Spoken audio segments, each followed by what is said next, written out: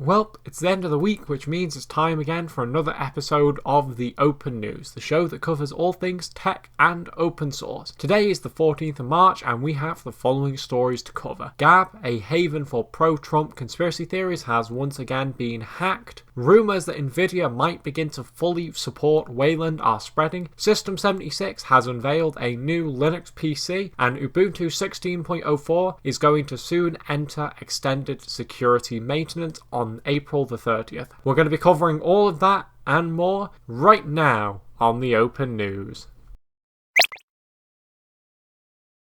If you enjoyed this video, consider joining Odyssey, the freedom-respecting alternative to YouTube. Links in the description. So for our first news story, we have this. Gab, a haven for pro-Trump conspiracy theories, has been hacked again. So you might remember that last week I covered the hacking of Gab, a social media platform primarily used by the far right and the alt-right. Well, it would seem that they've been hacked yet again since they failed to purge authentication tokens that were stolen during the first hack, which enabled another hacker to gain entry. Sadly for Gab users, this most recent hacker is not as nice as the first. The first hackers, or hacker, only seemed interested in public good and they only leaked the data to journalists and similar groups. This hacker has taken the personal data and is using it to bribe the owner of Gab, Andrew Torba, for 8 bitcoins, which at the time of writing is worth well over £340,000. So certainly not money that Gab has to throw at hackers. Now, I realise what I'm going to say is probably going to annoy a lot of people, but if you're on Gab, get off. I don't know why you would be on Gab since it's pretty much just a haven for the alt-right, but if you are on it, get off. It's been proven twice in the space of 2 weeks that they cannot be trusted with user data at all. Now, I realise that this video and the last video has probably upset a lot of alt-right Gab users, so I'd just like to request that if that's you, please keep it professional in the comment section below, or don't. If you curse and yell at me, it means everyone reading my comments can point and laugh at how mad you are getting over some random person on the internet reading news articles. For our next story, we have this. Rumours that Nvidia will have full Wayland support on Linux are spreading. Indeed, after years of waiting, it seems that there's now a chance that Nvidia may start properly supporting Wayland on Linux. This rumour comes from a Twitter user called Longhorn. Now, obviously, since this is some random person on Twitter, take this rumour with a grain of salt as it's not from an official source, but if this is true, then it could mean that Nvidia support on Linux could finally be getting better, particularly on desktops that use Wayland, such as GNOME or Sway. This also future-proofs Nvidia drivers, as Xorg is definitely on its way out. Additionally, apparently Nvidia will be adding support for OpenCL 3.0, which is cool. Apparently these changes will be arriving in Nvidia's 470 driver series, so I guess we'll have to see how true these rumours are when those drivers get released. So definitely stay tuned to the Open News for that.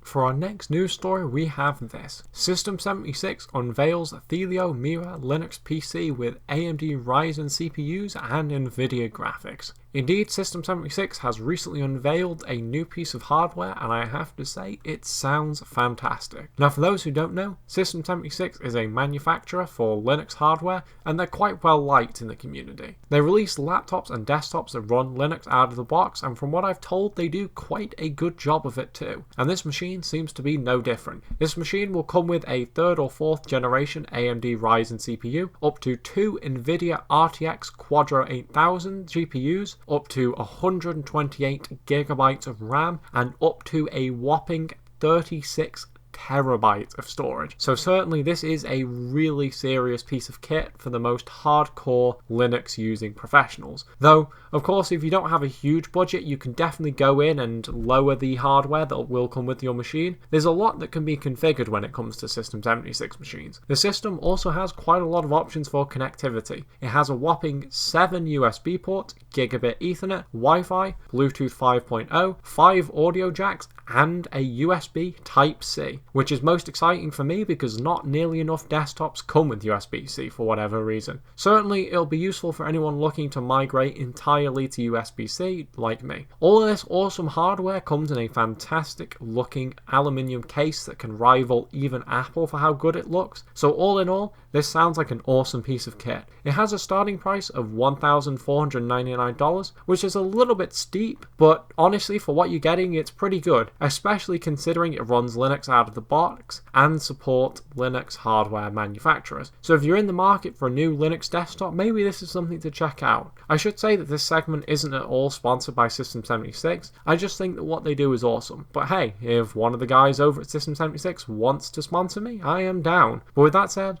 let's move on to the next story.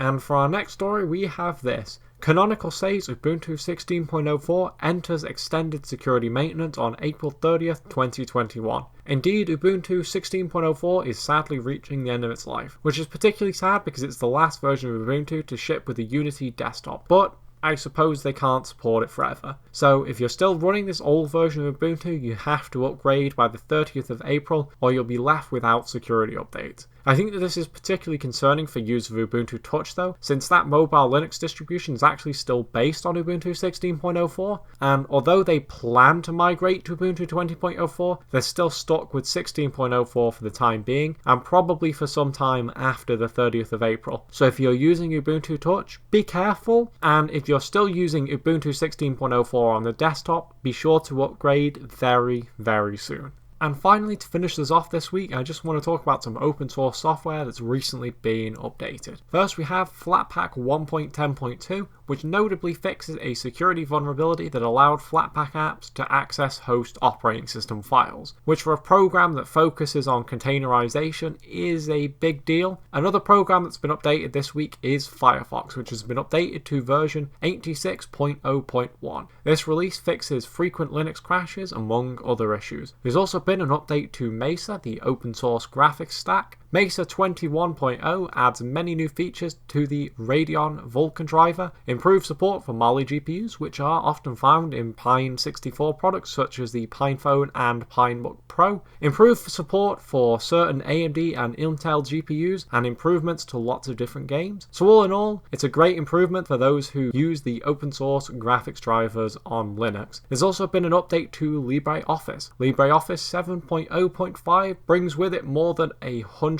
bug fixes. LibreOffice has also announced that starting with LibreOffice 7.1, they're going to be offering a Community Edition, which is meant for home users, and a Professional Edition meant for deployment in companies and other organizations who need something more stable. Finally, we have version 5.80 of the KDE framework, which adds support for the HEIF and HEIC image formats to all KDE apps, among numerous other features and bug fixes. So all in all, this week in Linux has seen a lot of good updates, so definitely be sure to update your system and get all of the newest versions of these fantastic projects. And with that said, that's it for today's episode of the Open News. Be sure to tune in next week. But with that said, that's it for today's video. Thank you for watching, and I will see you in the next one.